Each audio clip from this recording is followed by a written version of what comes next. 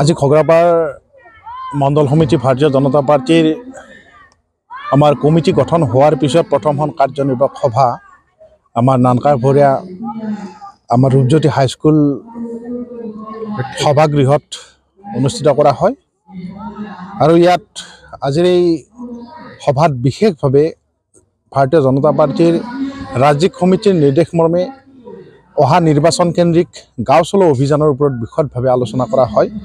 আৰু ইয়াৰ লগে লগে অহা 4 তাৰিখে ৰাম মন্দিৰৰ প্ৰাণ প্ৰতিষ্ঠাৰ পিছত প্ৰথমবাৰৰ বাবে দেশৰ প্ৰধানমন্ত্ৰী মাননীয় নৰেন্দ্ৰ মোদী আমাৰ গুৱাহাটী খানাপাৰাৰ খেলপথাৰত যি আমাৰ কাৰ্যসূচী লৈছে তাত আমাৰ খগৰাপাৰ মণ্ডলৰ তৰফৰ পৰা প্ৰায় 5000 মানুহ যোৱাৰ যিটো ব্যৱস্থা তাৰ ওপৰতো আমাৰ আলোচনা কৰা হয়। আৰু ইয়াত ৰাতিপুৱা আজিৰ কাৰ্যনিৰ্বাহক সভাত দিনজোৰা কাৰ্যসূচীৰে আমাৰ কাৰ্যসূচী আৰম্ভ কৰা হয়।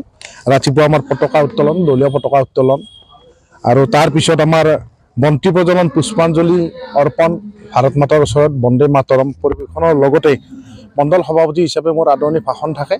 আৰু ইয়াৰ পিছত অহা আগন্তুক নিৰ্বাচন কেন্দ্ৰিক আমাৰ দেৱাল লিখন আৰু দলত যোগদান কাৰ্যসূচী আৰু বৰ্তমান সময়ত আমাৰ আত্মসহায়ক গোট NGO বা আমাৰ বিভিন্ন গাঁৱত থকা অনুষ্ঠানসমূহৰ লগত কেনেকৈ আমি সুসম্পৰ্ক কৰি 100% ভোট আমি ভাৰতীয় জনতা পাৰ্টিৰ সপক্ষত দিব পাৰোঁ অহা নিৰ্বাচনত, লোকসভা নিৰ্বাচনত, তাৰ কাৰণে আমাৰ বিশদভাৱে এটা ৰণকৌশল যুগুত কৰা হয়।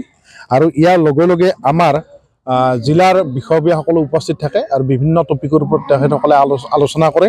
আৰু ইয়াৰ লগে লগে গাঁও চলো অভিযান যিটো আমাৰ দলে ৰাখিছে আগন্তুক সময়ত নিৰ্বাচন কেন্দ্ৰিক গাঁও চলো অভিযান আমি একদম সুন্দৰভাৱে যাতে সাফল্যমণ্ডিত কৰিব পাৰোঁ। আৰু গাঁৱৰ চুবুৰীৰ প্ৰতিটো পৰিয়ালৰ লগত আমি সম্পৰ্ক কৰি চৰকাৰখনে লোৱা বিগত সময়ত লোৱা আঁচনিসমূহৰ হিতাধিকাৰীসকলক যাতে আমি জাগ্ৰত কৰিব পাৰোঁ। আমাৰ যি নৰেন্দ্ৰ মোদী ডাঙৰীয়াৰ বিকশিত ভাৰতৰ যিটো সপোন 2047 চনৰ ভিতৰত দেশক বিশ্বগুৰু আসনত প্ৰতিষ্ঠা কৰাৰ যিটো লক্ষ্য, তাৰ ওপৰত যাতে সাধাৰণ মানুহক আমি বুজাই আমাৰ ভাৰতীয় জনতা পাৰ্টিৰ সপক্ষত ভোট প্ৰদান কৰিব পাৰোঁ তাৰ ব্যৱস্থা কৰা হয়। আৰু এই কাৰ্যনিৰ্বাহক সভা যিখন আজিৰ এই কাৰ্যনিৰ্বাহক সভাখনে আমাৰ আগন্তুক দিনত লোকসভা নিৰ্বাচনৰ কাৰণে প্ৰস্তুতি হিচাপে আমি লৈছোঁ। আৰু ইয়াৰ পিছত আমাৰ দলৰ প্ৰতিজন কাৰ্যকৰ্তা খুব উৎসাহেৰে লাগি আছে। প্ৰতিজন কাৰ্যকৰ্তাই আগন্তুক নিৰ্বাচনত কেনেকৈ ভাৰতীয় জনতা পাৰ্টিৰ সপক্ষত খগৰাপাৰ মণ্ডলৰ 100% ভোট আমি প্ৰদান কৰিব পাৰোঁ তাৰ পৰিকল্পনা কৰা হয়। খগৰাপাৰ মণ্ডলৰ নানকাভৰীয়া ৰূপজ্যোতি হাইস্কুল আজি প্ৰেক্ষাগৃহত আজি আমাৰ মণ্ডলৰ কাৰ্যনিৰ্বাহক অনুষ্ঠান হৈছে। গতিকে আমাৰ ইয়াত যি কাৰ্যনিৰ্বাহক হৈছে, কাৰ্যনিৰ্বাহত আমাৰ যিখিনি আমাৰ মণ্ডলৰ সদস্য আছে আৰু সেই সদস্যসকল আহিছে, আমাৰ বুথ সভাপতিসকলো আহিছে।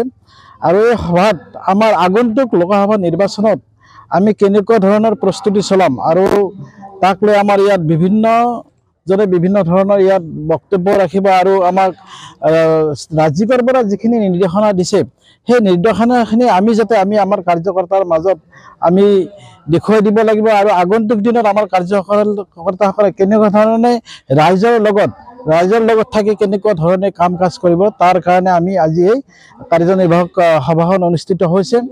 ইয়াৰ পিছত ইয়াৰ লগে লগে আমাৰ গাঁও চলো অভিযান এটাও চলি আছে। আৰু এই গাঁও চলো অভিযানৰ মাধ্যম দি আমি গাঁৱৰ প্ৰত্যেক মানুহৰ ঘৰে ঘৰে গৈ আমাৰ বিগত দিনত আমাৰ যিখিনি আমি উন্নয়নমূলক কাম কাজ কৰিছোঁ সেই কাম কাজখিনি যাতে আমি ৰাইজৰ আগত সুন্দৰভাৱে আমি অৱগত কৰিব পাৰোঁ। আমি তেওঁলোকৰ যিখিনি আমি উন্নয়ন কৰিছোঁ, বিভিন্ন ধৰণৰ আঁচনি কোনোবা পাইছে আৰু কোনোবা যদি পাবলগীয়া আছে তাৰো এটা আমি সমীক্ষা কৰি আগন্তুক দিনত আমাৰ ভাৰতীয় জনতা পাৰ্টিক যাতে আগুৱাই লৈ যাব পাৰোঁ।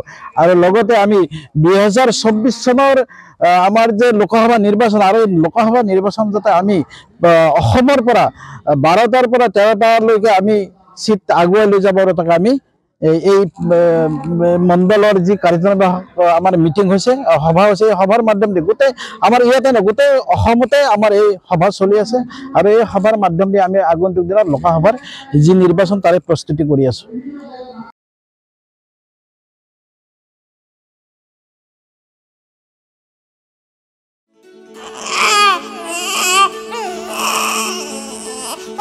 অভিনন্দন, আপোনাৰ এজনী ছোৱালী জন্ম হৈছে।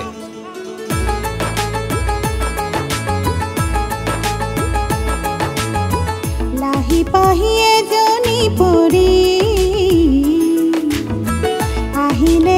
ঘৰখনে